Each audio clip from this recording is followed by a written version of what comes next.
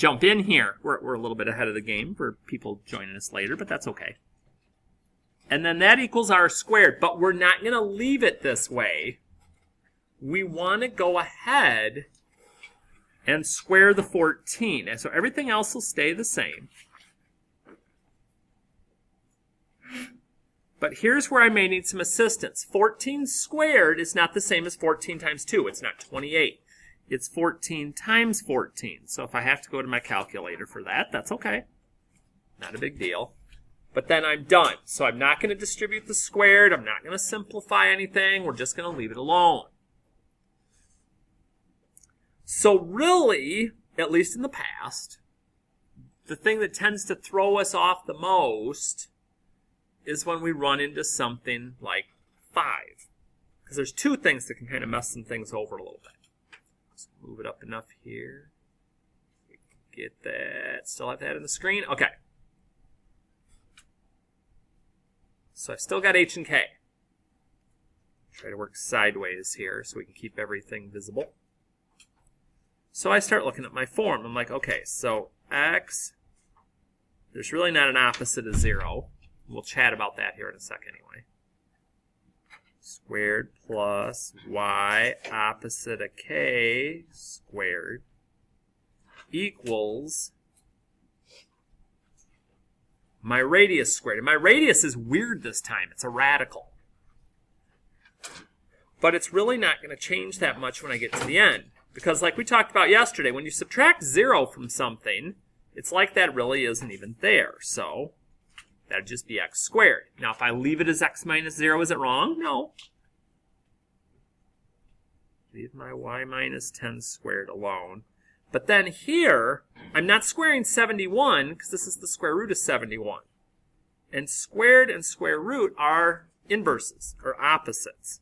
So it basically just makes the radical go away. And I've got my equation. Okay, so as far as circles go with equations, that's all we're going to do. Not a lot of algebra, just more of knowing my form and then using my form to get to the equation I need. And then, of course, because we do this just about with everything in here, we've got to be able to do it backwards.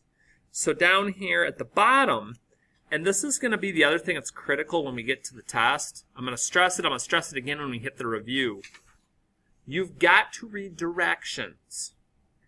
For instance, you may look at this and go, okay, identify the center and radius, then sketch the graph, which means actually tell me value-wise what the center and the radius are. So you're like, well, wait a minute, now how does this work again? The center is h and k. But here's what I've got to remember. This is what people tend to mess up if they do. Remember, when it's in standard form, what's in the parentheses is opposite of h and opposite of k. So when I'm trying to get my values here for my center, that's the opposite of what the center value is. Ooh. No value with y. What? 0. Okay, because we saw that up here. So negative 3, 0 is my center. And my radius, since that's radius squared, we undo a square with a square root. So if I get that information that I'm supposed to identify at the beginning, now when I go to graph it, I don't have to worry about forgetting to write it down. So remember, anytime you're doing a coordinate point, x value first, y value second. Negative 3 is my x. Don't move up or down at all for y. Make my point. And then for my radius, I just move each direction. So up 3, left 3, down 3, right 3. And we're not making a diamond, we're not making a box, a square. We're attempting to make a circle. So do your best to make it at least look like it's got a little bit of curve to it. That's always helpful. Thank you. And so that's how I'm going to do my circles with these. get my center and radius by doing the square root, and then try those out. So let's see, what else we got in here? Oh dear. Factoring is back. All right. So this is where I make the reminder and try to talk loud enough that video can still hear me. Actually, I want both of these. Yes, your help sheets will still be available and usable when we get to the unit test. So when I get to factoring, first question, every single time, are there any terms or any common terms that I have throughout my problem? Do all three of those things have anything in common? What? What can I take out of all three of those? The x. So if I take an x out, it doesn't mean it disappears. It's just being pulled out front, and then I'm going to subtract an x from each of my terms inside. Will that happen every time? No, but it will sometimes. So like, okay, well now what? Well, I got three terms, okay. My lead coefficient, because there's no number in front of x squared now. Just do a diamond problem. And we've talked about those before, that we're multiplying to get the number on the end and adding to get the number in the middle. And we've talked about the different ways I can work on doing that, but also the clues that are there before I even get to the number part. For instance, I'm multiplying to get a negative. It means I'm going to have one of each sign. I look at my middle term. The sign of that tells me which number is going to be bigger from the two. So the positive number is going to be bigger. So different signs means I'm looking for two numbers that multiply to this and are this far apart. So multiply to 28 and are 3 apart. So if I need to get some reference here, find me a 28. 4 and 7, are they 3 apart? Yes. The bigger number gets the plus. And notice my x that I pulled out before is still there. It's got to be part of my answer, otherwise it doesn't multiply back out right. So when we're factoring, it's just a process. And again, you've got a sheet to kind of give you some guidance. Let's see here. What else do we have? Ooh. 14. This looks interesting. You know what looks more interesting than 14? We're going to go away from 14 for a minute. Because 14 is kind of like 10. We're going to go to 15. Whoa. 15. 28v squared plus 176v plus 48. Okay. So now we got a little different of an issue. We don't have a variable in common this time, but we still want to check and see if anything else goes in. So what we may do, I usually will start small on a problem like this. I'm just going to try some small numbers and see if anything goes in. So let's see if like 2 goes in. Does 2 go into all of these? Yeah, it does. But before I write down 2, let's look at this again for a minute. Is anything going to divide into all 3 of those? You're like, well, yeah, I think probably 2 would again. Okay. So if I take 2 out, and I take 2 out again, let's try 4. Let's see if 4 goes into all 3 of these. Okay, it does. But this time I don't see a number that all of them are going to have in common. So if I take out the 4, I'm going to have 7v squared, because I did that. And I'm going to have 44v. And I'm going to have the 12. Okay, so the calculator can help me a little bit with that one. Because I don't think that one's going to show up on my chart. So I still have a little bit of a dilemma, though. Because now, I'm like, okay, it's time to factor. 3 terms. The number in front is not 1. So I got to guess and check, or I got to slide and divide. Okay. 4 doesn't go away. And now I'm going to start working with slide and divide. Now again, if I have my stuff, it's going to remind me, okay, I take my 7, swing it down here. When I move it down, I multiply.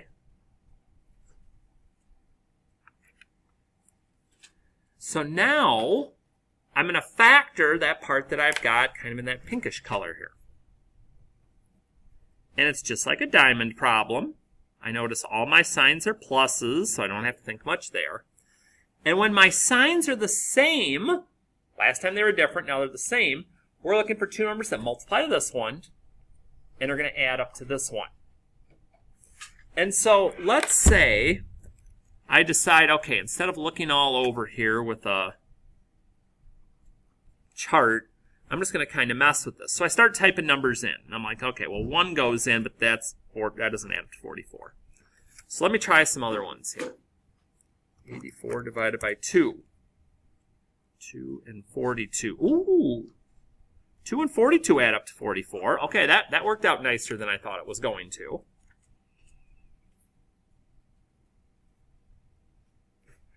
But don't be content that you're done.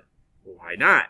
Because remember, this is called slide and divide. So once I've factored it, now we're going to divide by the slide number.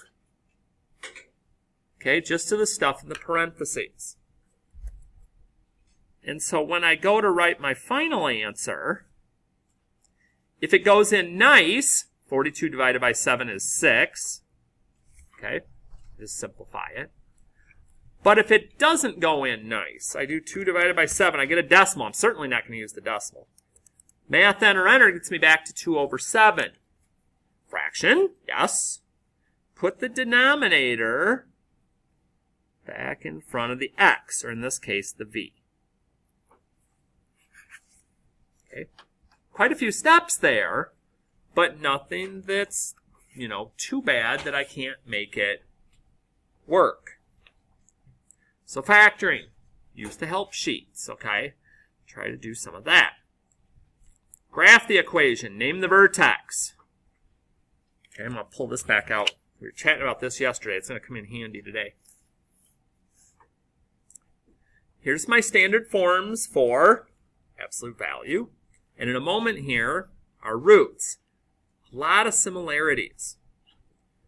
But I'm always going to start on any of these with my vertex. Okay.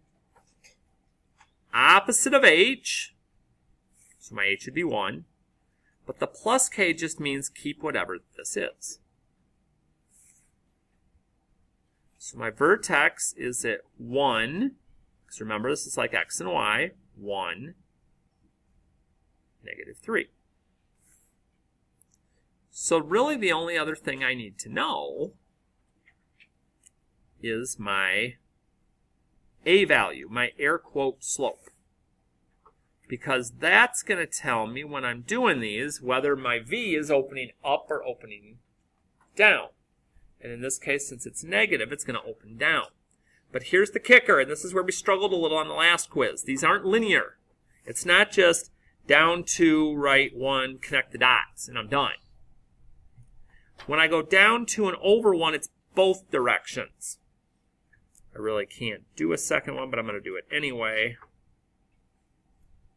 So we get that consistency like we would with slope. It's just going to cause a V shape instead because of the absolute value. So a lot of this, again, should be really familiar if we've been doing any of the practice. Because, again, that's how this sticks. Seeing it over and over just like anything. And speaking of, I got to steal my sticky note.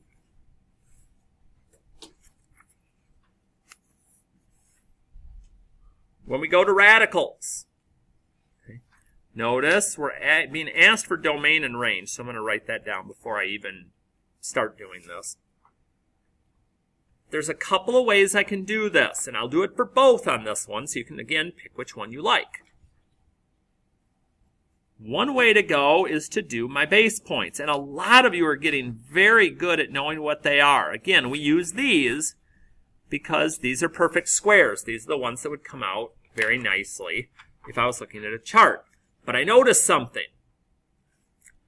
If there's a value in front, like there is here with 2, I got one more piece to my chart, and that's to multiply my y values by that number. So 2 times 0, 2 times 1, 2 times 2, 2 times 3. Those, if I'm trying to graph manually, are my parent points. So those are the little dot ones, because this isn't going to be my final answer.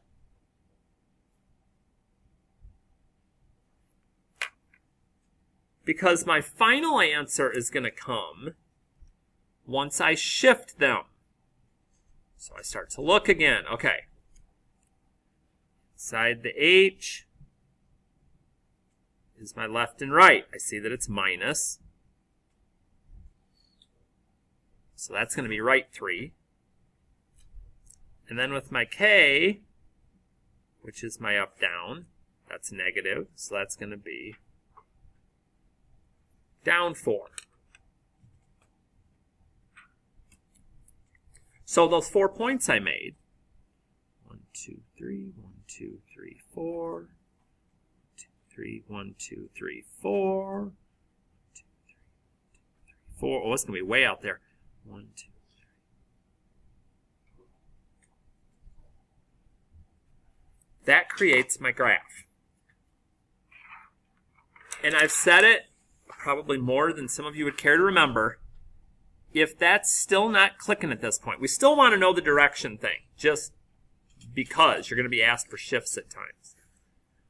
But if you're not comfortable with the graphing part, we still have an option. All is not lost. We would go to y equals, and I'm going to type this exact thing in. So 2 square root again is second in x squared. X minus 3. Notice the radical stops. So to stop the radical, I hit to the right one, minus 4, and I pull up the chart. And what I'm going to find is that all the whole number answers, 3, negative 4, 4, negative 2, 7, 0, and if we got real adventurous and stretched off the graph, 12, 2, I got the same points. But if you graph it this way with the calculator, you're not doing a shift and everything. That's the graph at that point. And we're going to be done. My domain and range. Domain is x. From left, what's the x value that's furthest to the left? It's 3. Just like I shifted right 3. If I have left or right shifts, they go with my domain. And then the arrow to the right means I'm going forever. I'm infinite. My range is bottom, y value, negative 4. Just like the fact that I moved down goes along with my range. If I had up, the same thing would happen. And that arrow tells me I'm going up forever. Lots of consistencies throughout all of these. But again, practicing them is the key. This does not miraculously by osmosis go into your brain. At least I haven't found anybody yet where it does. There's always a first, I guess. So again, if you haven't done some before, maybe this is going to let you see some things that are going well. And then the last one I'm touching upon, and then I'm going to get out of the way. Okay, we've got a cubed root.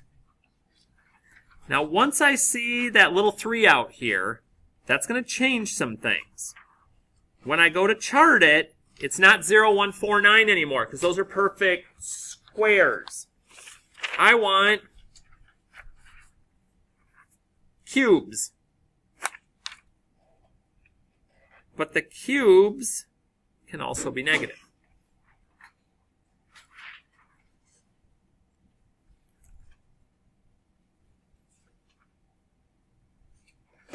So those normally would be my parent graph. However, I've got a coefficient out front. This is the only time I got to do this again, is when there's a coefficient out front. Take all your y values, multiply them by 2. Those are my parent points.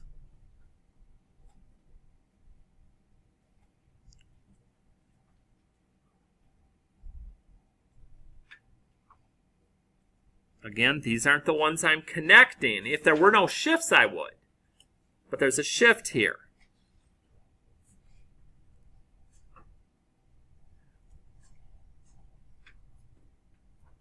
What direction shift is that plus 3?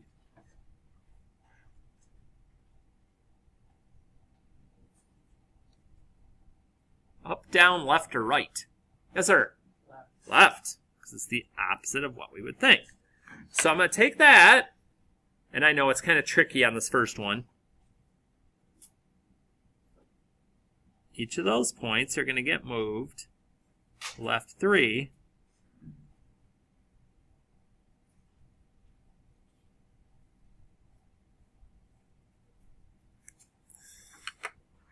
And get my kind of snaky looking graph through. But here was the one thing from before, and let me reiterate it again to try and make it easier. We got arrows working on both ends. Forever left, forever right. Domain infinite. Every time with a cube. No matter what shifts, what stretches, doesn't matter. Infinite. Range. Forever down, forever up. Every time.